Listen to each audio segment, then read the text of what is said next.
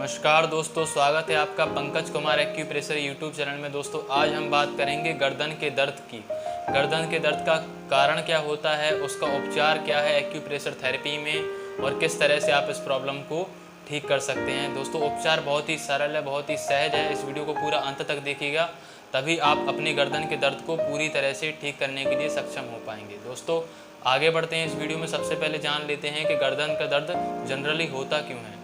दोस्तों आज का जो हमारा लाइफस्टाइल है, हम अपनी गर्दन को बेंड कर कर इस तरह से मोबाइल को चलाते हैं या लैपटॉप का यूज़ करते हैं, या किसी भी तरह से हम अपनी गर्दन को झुकाते हैं तो वहाँ पर ब्लड सर्कुलेशन बाधित हो जाता है और वहाँ पर रक्त की सप्लाई ना होने के कारण वहाँ की सेल्स डैमेज होना शुरू हो जाती हैं। लॉन्ग टर्म में यही प्रॉब्लम सर्वाइकल स्पॉन्डिलाइटिस और सर्वाइकल स्पॉन्डिलोसिस के रूप में सामने उभर कर आ जाती है। दोस्तों सबसे पहले हमें एक्यूप्रेशर के थ्रू ब्लड सर्कुलेशन को इम्प्रूव करना होगा नेक के एरिया में। जैसे ही नेक का जो हमारा रीजन है वहाँ पर ब्लड सर्कुलेशन प्रॉपर हो जाएगा, एनर्जी की सप्लाई वहाँ पर पूर्ण हो जाएगी, तो आपको गर्दन के दर्द में तुरंत लाभ होना शुरू हो जाएगा। और धीरे धीरे आपकी यह प्रॉब्लम अगर जनरल है तो 4 से 5 दिन में, और अगर क्रॉनिक हो चुकी है तो कुछ हफ्तों के अंदर या कुछ महीनों के अंदर ठीक हो जाएगी। दोस्तों एक्यूप्रेशर की इस तरह की रिंग होती है, यह ब्लड सर्कुलेशन को बढ़ाने के लिए मदद करती है, क्योंकि जो भी महीन छोटे छोटे एक्यूप्रेशर पॉइंट्स होते हैं उनको स्टिमुलेट करने के लिए बहुत ही बेस्ट एक्यूप्रेशर का टूल मानी जाती है। दोस्तों हमारा हाथ हमारी पूरी बॉडी के सिमिलर है, इसी तरह हमारा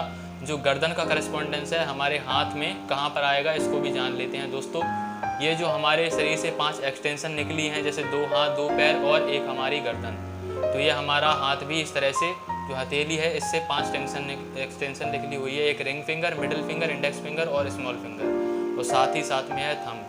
दोनों मिडिल और रिंग फिंगर हमारे लेग को रिप्रेजेंट करती हैं, इंडेक्स और स्मॉल फिंगर हमारे आर्म को रिप्रेजेंट करती हैं, और जो थंब है ये हमारे नेक को रिप्रेजेंट करता है।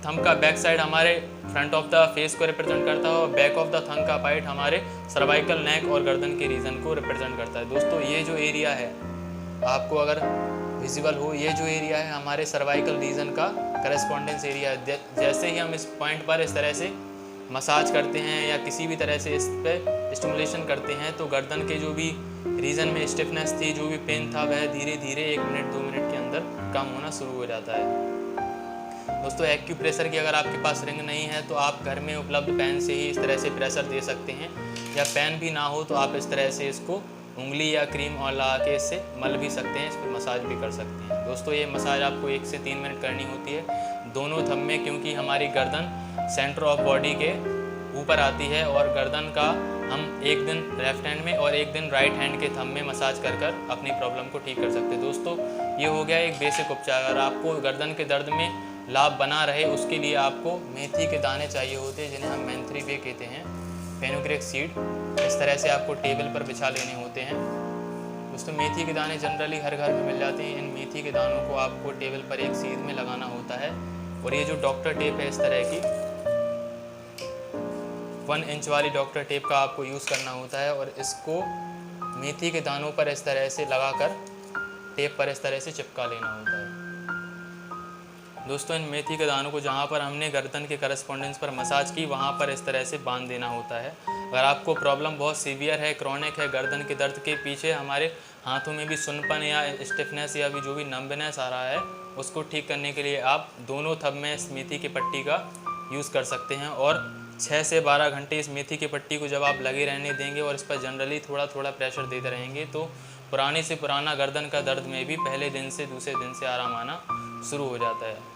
दोस्तों इस ट्रीटमेंट को कीजिएगा, क्योंकि आज के दौर में गर्दन का दर्द बहुत ही कॉमन होता जा रहा है, बहुत ही जनरल होता जा रहा है, और इस प्रॉब्लम से निजात पाने के लिए सभी लोग पेन किलर का यूज़ करते हैं, जो कि शॉर्ट टर्म में हमारे लिए तो बेनिफिट देती है, लेकिन लॉन्ग टर्म में यह पेन किलर धीरे धीरे हमारे बॉडी के सेल्स को डैमेज कर देती है, और आगे बढ़कर यह किडनी फेलियर का सबसे बड़ा कारण बन जाती है। दोस्तों इस वीडियो को ज़्यादा से ज़्यादा शेयर कीजिएगा, जिसको भी गर्दन में तकलीफ हो, और उस ट्रीटमेंट को फॉलो करके अपने ऊपर सबसे पहले अपने ऊपर अप्लाई करके इस ट्रीटमेंट को करके अपना वैल्यूएबल फीडबैक हमें कमेंट बॉक्स में शेयर कीजिएगा। वीडियो अच्छी लगी हो तो आप लाइक भी कर सकते हैं, और चैनल पर नए हैं तो हमें सब्सक्राइब भी कर सकते हैं। दोस्तों आने वाली वीडियोज़ में इसी तरह की जनरल इन्फॉर्मेशन के लिए आप हमारे चैनल को सब्सक्राइब कर लीजिए। तब तक के लिए दीजिए इजाज़त।